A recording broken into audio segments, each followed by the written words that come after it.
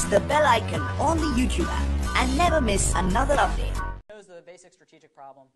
India had conventional superiority. Its mainstay conventional strategy was a strike core concept. Pakistan's development of nuclear weapons basically neutralized the large strike core concept, 800,000 forces penetrating the plains and desert sectors of Pakistan. After Kargil, the first major provocation was the 2001 Parliament attack.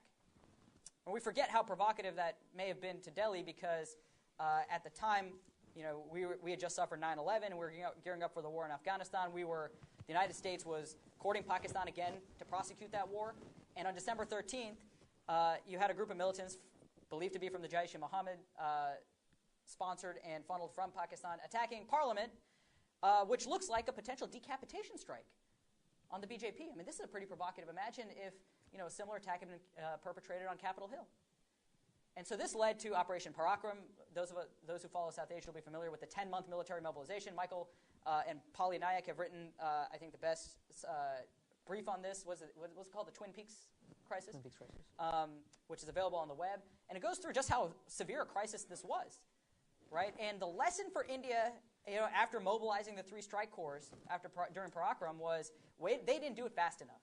The army took too long to mobilize and lost the window to retaliate conventionally against Pakistan. That's the lesson that the army drew. And in some ways, that's not really far off the mark because it took about a month, 3 weeks to a month for all 3 strike corps to deploy before the Indian Army was ready to prosecute its conventional option. That led to this idea of cold start, which was debated in the think tanks.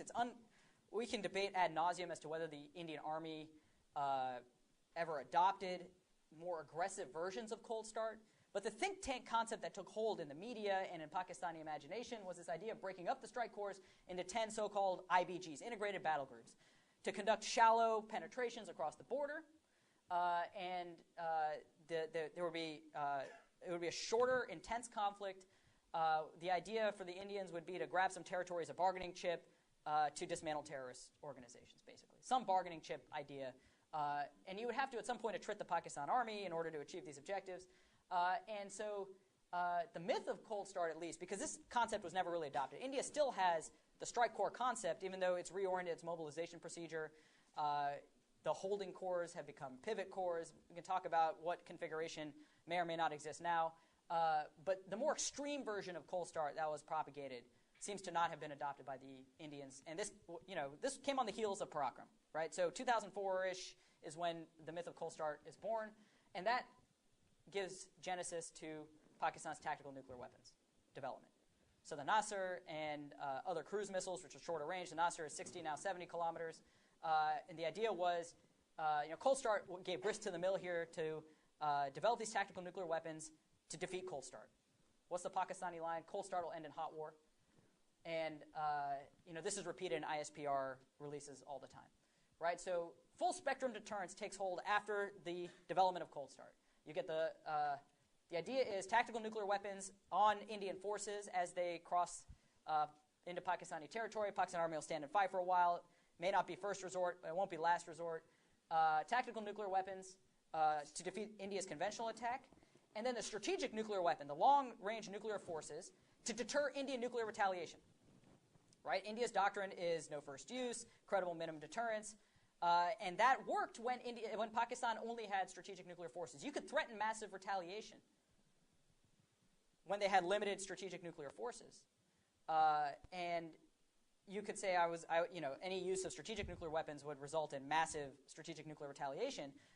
The problem became with the development of tactical nuclear weapons was the threat of retaliating with 7 strategic nuclear weapons against 7 Pakistani cities in the event where they used a single tactical nuclear weapon on Indian forces who were operating on Pakistani soil, credible.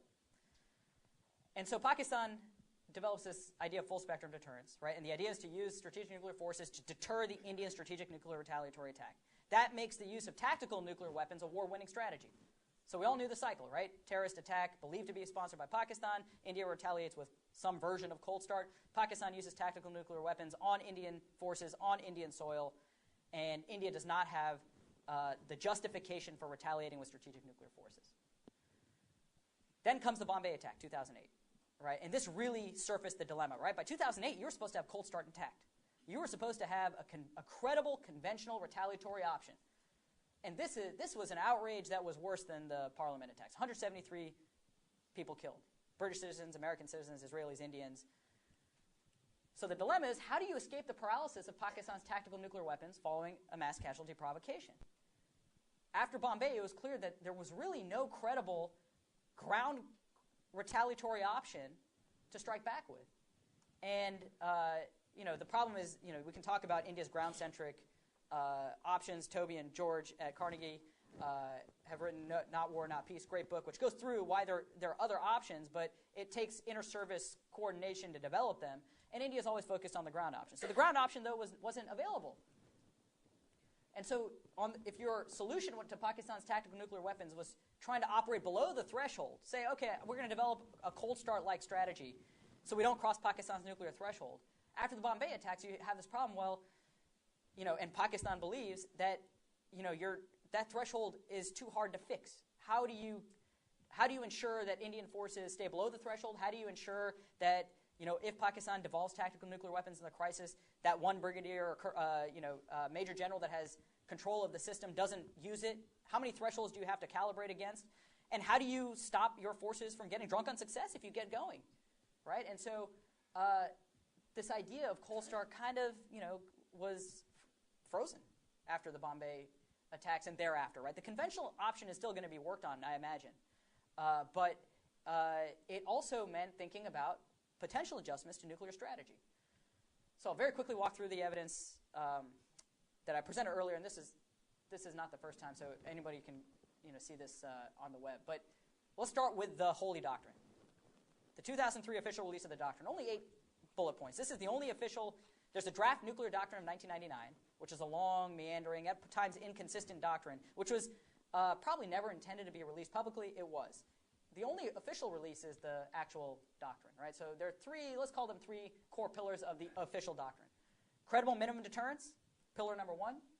Pillar number 2 is no first use, although it is caveated already by bullet point 6 when India leaves open the possibility for retaliating with nuclear weapons against chemical or biological use. And then the third bullet point is, and the third pillar is the idea of massive nuclear retaliation. So this is the doctrine. In 2016, then, so we don't have any official updates to the doctrine since 2003. And there's very little writing by authoritative figures about the doctrine. You have some SFC commanders that write after they leave, like Admiral Vijay Shankar, General B.S. Nagal. But in the Indian system, the point person is the National Security Advisor. The coordinator for all nuclear strategy forces and posture is a National Security Advisor. Brajesh Mishra was very powerful, was responsible for the release of the doctrine itself, and the standing up the Strategic Force Command. Then you had several National Security Advisors along the way who managed the force, and then enter Shiv Shankar Menon in the early 2010s. So who says, first of all, that massive retaliation has to be countervalued? The doctrine doesn't say that.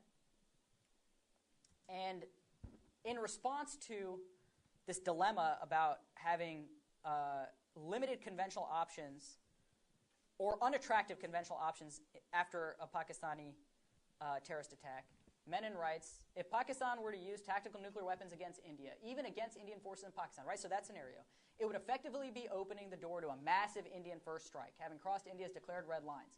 There would be little incentive once Pakistan had taken hostilities to the nuclear level for India to limit its response, since that would only invite further escalation by Pakistan.